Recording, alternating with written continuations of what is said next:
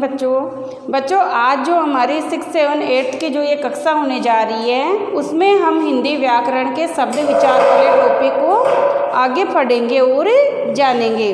बच्चों हमारा जो है हिंदी व्याकरण में शब्द विचार वाला टॉपिक चल रहा था, जिसमें हमने भाग 6 और 7 में उसके बारे में काफ़ी जानकारी प्राप्त की।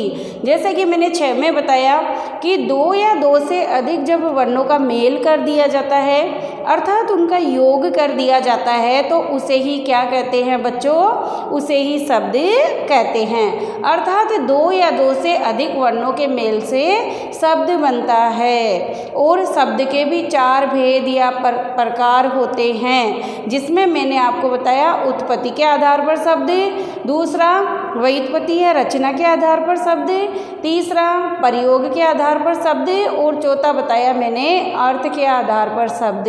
तो बच्चों भाग 6 की क्लास में हमने इन चारों भेदों को जाना और इनके भी जो प्रभेद और प्रकार थे ना वो हमने जाने। जैसे एक बार मैं वापस से आपको याद दिलाने के लिए बता देती हूँ कि उत्पत्ति के आधार पर मैंने जो भाग 7 की कक्षा में शब्द बताए थे वो 4 प्रकार के थे। कितने प्रकार के थे बच्चों?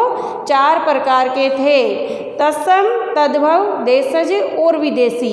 फिर मैंने व्युत्पत्ति अर्थात रचना के आधार पर शब्द बताए तो वह बच्चों वह 3 प्रकार के थे, रूढ़, यौगिक और योग रूढ़।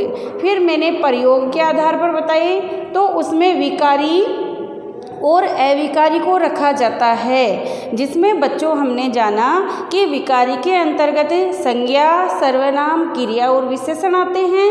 अविकारी में क्रिया विशेषण, संबंध बोधक, समुच्चय बोधक और विस्मयादि बोधक को रखा जाता है। तो हमने उसमें विकारी और अविकारी शब्दों को जानने की कोशिश की।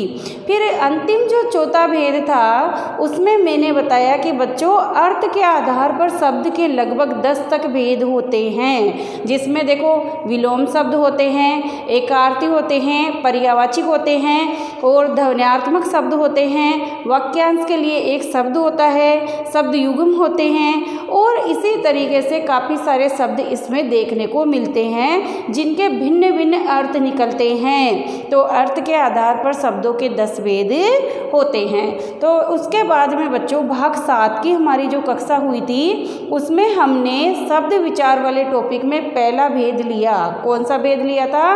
फर्स्ट भेद, प्रथम भेद लिया, जिसका जो टॉपिक था, बिंदु था, वह था उत्पत्ति के आधार पर शब्द भेद।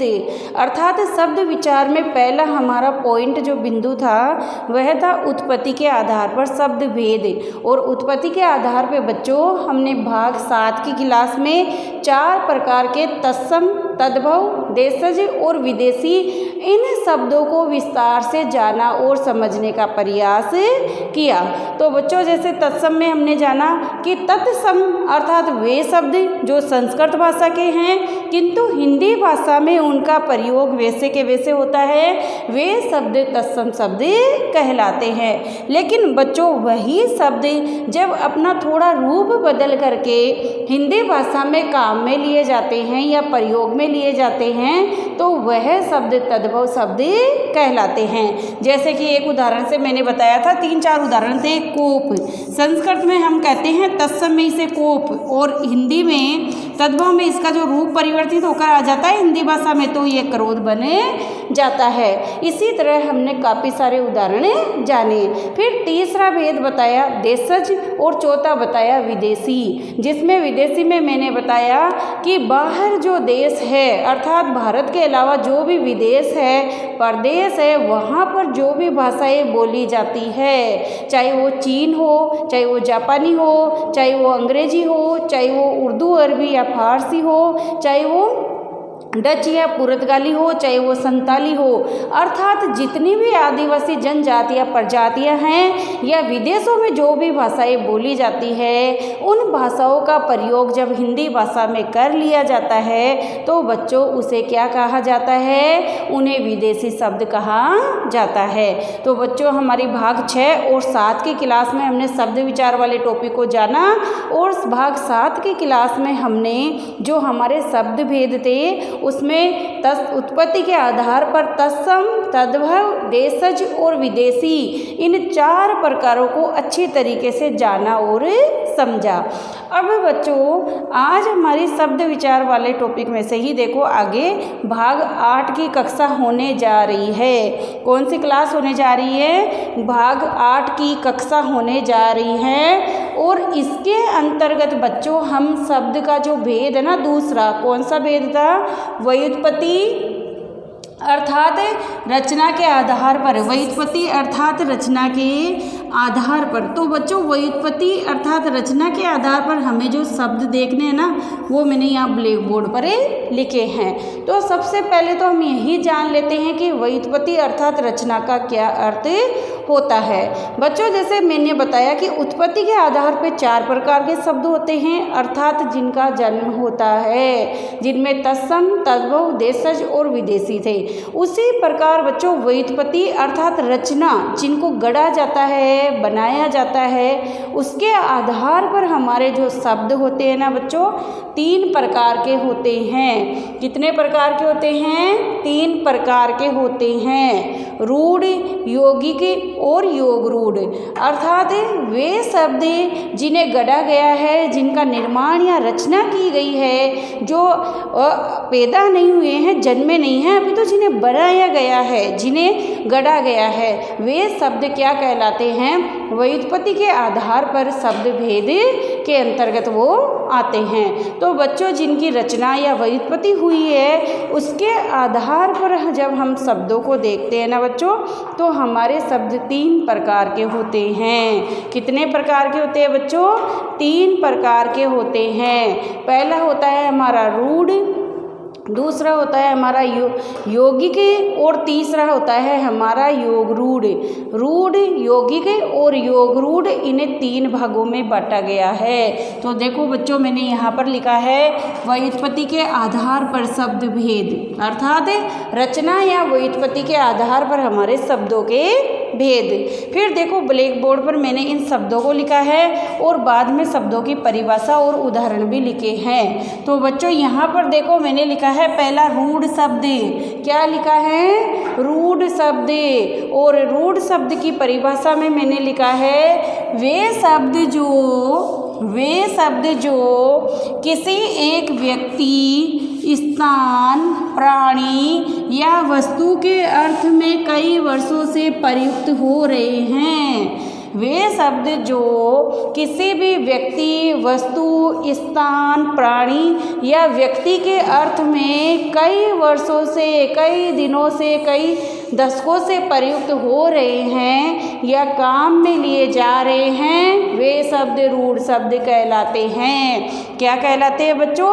वे शब्द रूढ़ शब्द कहलाते हैं। अब ये तो इसकी बच्चों जो व्याकरण सम्मत परिभाषा थी वो मैंने आपको बताई कि वे शब्द जो किसी व्यक्ति, वस्तु, स्थान, प्राणी, जगह आदि सभी के लिए किसी एक विशेष अर्थ में प्रयुक्त होते हैं, काफ़ी समय से वो काम में लिए जा रहे हैं, वो रूढ़ शब्द होते हैं।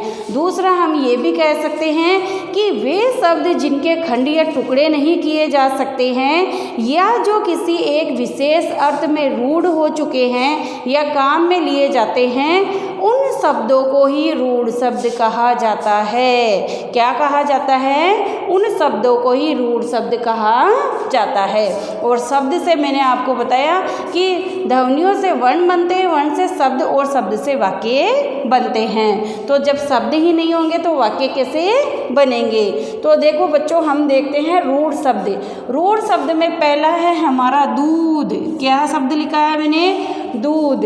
अब दूध जो बच्चों ऐसा शब्द है जिसके हम खंड या टुकड़े नहीं कर सकते हैं। दूध एक लिक्विड अर्थात तरल पदार्थ के अर्थ में रूढ़ हो चुका है। अर्थात हमारे जो पशु होते हैं ना, जिसमें गाय है, भैंस है, बकरी है, ये जो हमें पीने के लिए तरल पदार्थ के रूप में जो देती है उसे दूध कहा जाता है। तो दूध उस एक पेय पदार्थ के अर्थ में रूढ़ हो चुका है और यह कई सालों से काम में लिया जा रहा है। इसी तरह गाय, तो गाय भी बच्चों एक पशु का नाम है।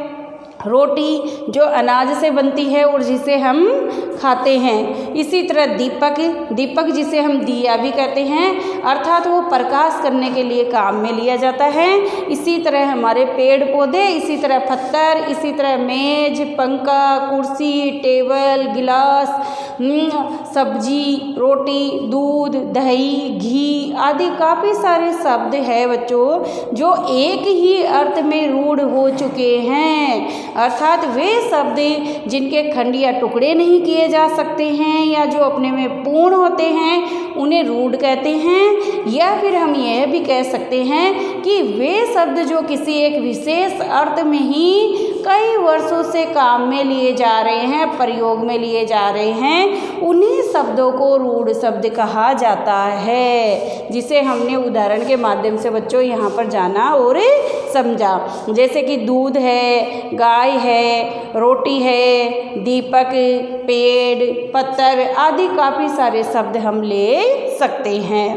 और दूसरा शब्द है बच्चों, भेद जो है व्युत्पत्ति के आधार पर वह है यौगिक शब्द। कौन सा है? यौगिक शब्द। यौगिक की परिभाषा है बच्चों, जो शब्द दो या दो से अधिक, जो शब्द दो या दो से अधिक शब्दों के मेल से बने होते हैं और अपने मूल अर्थ के अतिरिक्त किसी एक नए अर्थ का भी बोध कराते हैं। अपने मूल अर्थ के अतिरिक्त किसी एक नए अर्थ का भी बोध कराते हैं। वे शब्द क्या कहलाते हैं? यौगिक शब्द कहलाते हैं। अर्थात जो योग से बनते हैं, जो मेल से बनते हैं। जैसे कि रूढ़ शब्द अपने आप में पूर्ण था, अर्थात उसके खंड या टुकड़े नहीं किए जा सकते थे।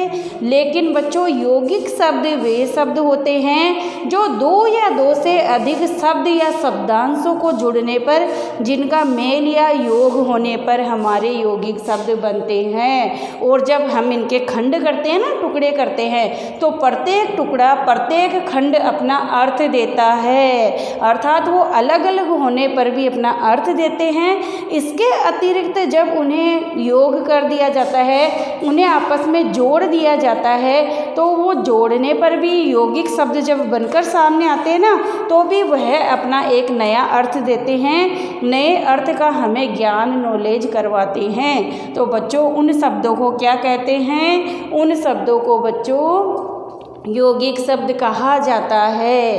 क्या कहा जाता है? उन्हें यौगिक शब्द कहा जाता है। जैसे कि हमारा शब्द है प्रेम सागर, शब्द लिखा है प्रेम सागर। अब बच्चों प्रेम सागर का अर्थ है प्रेम से भरा हुआ सागर। और सागर का मतलब आप समझते हो क्या होता है? सागर का मतलब समुद्र। क्या होता है? समुद्र। अब सागर जो है ना, समुद्र, वह तो पानी से भरा हुआ होता है, लेकिन यहाँ पर जो समुद्र है, जो सागर है, वो किससे भरा है? प्रेम से। अर्थात प्रेम को जो है, प्रेम रूपी जल का, प्रेम रूपी जल से भरा हुआ सागर। तो यहाँ पर प्रेम सागर शब्द एक नया ही अर्थ हमें दे रहा है कि प्रेम रूपी सागर। लेकिन बच्चों जब हम इसका विभक्तिकरण करते हैं, जब हम इसके टुकड़े करते हैं, तो देखो प्रेम धन सागर, क्या शब्द बना है हमारा? प्रेम धन सागर। तो प्रेम शब्द का बच्चों हमारा अर्थ हो रहा है प्रेम यानी प्यार और सागर यानी समुंदर। तो दोनों ही शब्द बच्चों अपनी जगह अपना पूरा पूरा अर्थ दे रहे हैं। प्रेम यानी प्रेम और सागर यानी समुंदर। तो और जब इनको बच्चों आपस में जोड़ दिया गया, इनका मेल कर दिया, तो हमारा शब्द बनके सामने आया है प्रेम सागर। क्या शब्द बनके सामने आया है बच्चों? प्रेम सागर। तो यहाँ पर हमारा ये शब्द यौगिक शब्द है जो दो शब्दों के मेल से बना हुआ है। पहला शब्द है हमारा प्रेम और दूसरा शब्द है हमारा सागर। और प्रेम और सागर दोनों शब्दों को मिला देने पर, इनका योग कर देने पर जो शब्द बनकर हमारे सामने आया है, वह शब्द कहलाया बच्चों प्रेम सागर। अर्थात प्रेम सागर दो शब्दों से मेल से बना हुआ है, तो यह हमारा यौगिक शब्द है। अब बच्चों हमारा शब्द है प्रतिदिन। प्रतिदिन का अर्थ आप जानते ही होंगे कि हर दिन, हमेशा, रोज रोज।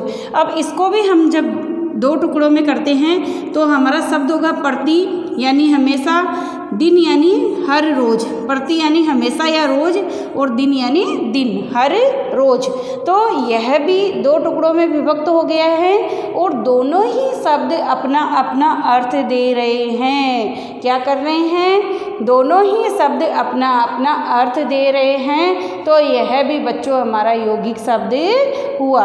अर्थात दो या दो के मेल से जब शब्द बनकर सामने आता है तो उसे क्या कहा जाता है? यौगिक शब्द कहा जाता है। यौगिक यानी योग करना, मेल कर देना। और दोनों ही शब्द बच्चों अपनी जगह महत्वपूर्ण होते हैं और दोनों ही शब्द या खंड या टुकड़े अपना अपना अर्थ देते हैं, तो उन्हें यौगिक शब्द कहते हैं। अब अगला उदाहरण हम समझते हैं बच्चों, राष्ट्रपति। उदाहरण है हमारा राष्ट्रपति। राष्ट्र धनपति। राष्ट्र का अर्थ होता है बच्चों देश, और पति का अर्थ होता है स्वामी। राष्ट्र का अर्थ होता है देश और पति का अर्थ होता है स्वामी। अर्थात देश का जो स्वामी होता है, पति होता है, वह कहलाता है राष्ट्रपति। तो राष्ट्र का अर्थ यहाँ पर देश हो गया, पति का अर्थ बच्चों यहाँ पर स्वामी हो गया। तो दोनों ही शब्द जो है ना, जब हमने इसके खंड किए, टुकड़े किए, तो दोनों ही शब्द अपना अपना अर्थ दे रहे हैं, अर्थात अपना अभिप्राय व्यक्त कर रहे हैं। लेकिन जब हमने राष्ट्र और धनपति को जोड़ दिया तो हमारा शब्द बनकर सामने आया है राष्ट्रपति, अर्थात राष्ट्र का स्वामी। और आपको पता है कि भारत हमारा एक लोकतांत्रिक देश है, जहाँ पर हमारे शासन का जो सर्वोच्च व्यक्ति होता है, सर्वोच्च जो सत्ता होती है, वह राष्ट्रपति के हाथ में होती है। जो हमारे भारत का प्रथम नागरिक तो होता ही है, अपितु हमारी तीनों सेनाओं का सर्वोच्च सेनापति भी होता है। तो राष्ट्र का जो स्वामी होता है वह राष्ट्रपति कहलाता है। तो यहाँ पर दोनों शब्द अपना अर्थ दे रहे हैं और योग करने पर भी इनका अर्थ हमें समझ में आ रहा है। इसी प्रकार बच्चों हमारा शब्द है विद्यालय। कौन सा शब्द है? विद्यालय। अब हम इसको बांटते हैं, विद्या धन आले। विद्या धन आले। तो विद्या का अर्थ होता है विद्या और आले का अर्थ होता है घर। आले का अर्थ क्या होता है? घर। तो विद्या का अर्थ यानी कि ज्ञान, धन आले, आले यानी घर। तो दोनों ही शब्द बच्चों देखो अपना अर्थ दे रहे हैं, लेकिन जब हमने इसे जोड़ दिया, इसका योग कर दिया, तो जो यौगिक शब्द बनकर सामने आया है वह शब्द हमारा कहलाया है विद्यालय, अर्थात विद्या का घर, जहाँ पर हम विद्या अर्थात ज्ञान अर्जन करने के लिए, ज्ञानार्जन करने के लिए, अपनी जानकारी बढ़ाने के लिए जाते हैं, उस स्थान को विद्यालय कहा जाता है। तो बच्चों दोनों ही शब्द अपनी जगह महत्वपूर्ण हैं। टुकड़े कर देंगे तो भी अपना अर्थ देंगे, और जब जोड़ देंगे, इनका योग कर देंगे, तो एक नए ही अर्थ का हमें बोध कराएंगे। तो वह शब्द यौगिक शब्द होते हैं। फिर यहाँ पर मैंने लिखा है पुस्तकालय, शब्द लिखा है मैंने पुस्तकालय। अब इसका जो विभक्त है, विभक्तिकरण करते हैं या बांटते हैं, तो ये बनता है पुस्तक धन आले। क्या बनता है? पुस्तक धन आले। तो पुस्तक का अर्थ होता है बच्चों पुस्तक यानी बुक, आले का अर्थ होता है घर, अर्थात घर। तो पुस्तकें जहाँ पर रखी गई है वह स्थान क्या कहलाता है? पुस्तकालय, अर्थात पुस्तकों का घर। तो पुस्तक बच्चों अपना अर्थ दे रहा है और आले शब्द अपना अर्थ दे रहा है। तो मेरे कहने का मतलब है कि दोनों ही शब्द जो है अपनी अपनी जगह खंडों के रूप में, टुकड़ों के रूप में अपना अर्थ या अभिप्राय बता रहे हैं। अभिप्राय या मतलब हमें समझा रहे हैं कि पुस्तक यानी बुक, आले यानी घर, और जब इनका संधियुक्त शब्द बना दिया पुस्तकालय, तो बच्चों शब्द बनकर हमारे सामने आया है पुस्तकालय यानी पुस्तकों का घर। जहाँ पर बहुत सारी पुस्तकें रखी गई है उस स्थान को, उस जगह को क्या कहा जाता है? पुस्तकालय कहा जाता है। तो बच्चों यहाँ पर मैंने आपको बताया कि वह शब्द जो दो या दो से अधिक शब्द या शब्दांशों के मेल से बनते हैं वे शब्द क्या कहलाते हैं, यौगिक शब्द कहलाते हैं। और जब उनके टुकड़े या खंड किए जाते हैं तो अलग अलग होने पर भी वो अपना अर्थ देते हैं, लेकिन जब उन्हें जोड़ दिया जाता है, जब उनका योग कर दिया जाता है तो वो अपना नया ही अर्थ प्रकट करते हैं, नया ही अर्थ प्रस्तुत करते हैं। तो उसे क्या कहा जाता है बच्चों, उन शब्दों को यौगिक शब्द कहा जाता है। क्या कहा जाता है, यौगिक शब्द कहा जाता है। अब अपन 3 नंबर पर समझते हैं बच्चों योगरूढ़ शब्द। कौन सा शब्द है, योगरूढ़ शब्द। अब योगरूढ़ शब्द से ही आपको पता चल गया होगा बच्चों कि रूढ़ धन योग अर्थात रूढ़ धन योग दोनों के मेल से बना है योगरूढ़ शब्द। रूढ़ धन योग अर्थात जब रूढ़ और यौगिक इन दोनों ही शब्दों का मेल कर दिया जाता है तो जो शब्द बनकर सामने आते हैं वे शब्द कहलाते हैं बच्चों योगरूढ़ शब्द। क्या कहलाते हैं बच्चों, वो योगरूढ़ शब्द कहलाते हैं। और योगरूढ़ शब्द के संबंध में मैंने यहाँ लिखा है जो रूढ़ और यौगिक इन दोनों ही प्रकार के शब्दों के मेल से बनते हैं उन्हें योगरूढ़ शब्द कहते हैं। जो रूढ़ और यौगिक इन दोनों ही प्रकार के शब्दों के मेल से बनते हैं उन्हें योगरूढ़ शब्द कहते हैं। अर्थात उनमें रूढ़ और यौगिक इन दोनों शब्दों का मेल होता है और यह शब्द बच्चों किसी एक अर्थ में ही रूढ़ हो चुके होते हैं, अर्थात इनके खंड और टुकड़े भी किए जा सकते हैं। दोनों ही अपने टुकड़ों के अर्थ में अपना अर्थ देते हैं, अभिप्राय या मतलब बताते हैं और एक अर्थ में ये रूढ़ हो चुके होते हैं। तो हम ये भी कह सकते हैं बच्चों, आसान जो परिभाषा है ना उसी तरीके से हम ये भी समझ सकते हैं कि जब रूढ़ और यौगिक इन दोनों का मेल कर दिया जाएगा तो जो नया शब्द बनकर सामने आएगा वह हमारा योगरूढ़ शब्द कहलाएगा। क्या कहलाएगा बच्चों, वह हमारा योगरूढ़ शब्द कहलाएगा। अर्थात वह एक विशेष अर्थ में रूढ़ तो होगा ही, साथ ही वह कुछ शब्दों या शब्दांशों से मिलकर वह बनेगा। तो कुछ उदाहरण मैंने लिखे हैं जो यहाँ पर हम समझते हैं। पहला उदाहरण लिखा है बच्चों मैंने मुरारी। क्या लिखा है, मुरारी। मुरारी का हम जब संधि विच्छेद करते हैं तो इस तरीके से होता है मूर्धन अरी। मूर्धन अरी, मूर का अर्थ होता है मूर नामक एक राक्षस, अरी का अर्थ होता है शत्रु। मूर एक राक्षस का नाम है बच्चों, अरी शब्द का अर्थ होता है शत्रु। अर्थात मूर नामक राक्षस का जो है शत्रु, अर्थात जिसने मुरारी कहलाता है, मूर नामक राक्षस का जो है अरी अर्थात शत्रु वह है भगवान श्री कृष्ण, भगवान विष्णु। और भगवान विष्णु को मुरारी के नाम से, कृष्ण को मुरारी के नाम से भी जाना जाता है, क्योंकि बच्चों उन्होंने मूर नामक एक राक्षस का वध किया था और जब उन्होंने मूर नामक एक राक्षस को मारा तभी से बच्चों वह कहलाए मुरारी। क्या कहलाने लगे, मुरारी। तो इस तरह भगवान कृष्ण को मुरारी, गिरधर, गोपाल, कान्हा, बंसीधर काफ़ी नामों से जाना जाता है, जिनमें से एक नाम है मुरारी। तो देखो बच्चों मुरारी का संधि विच्छेद किया तो मूर यानी मूर नामक एक राक्षस जो अपना पूरा अर्थ दे रहा है और अरी भी अपना पूरा अर्थ दे रहा है, अरी का अर्थ होता है शत्रु।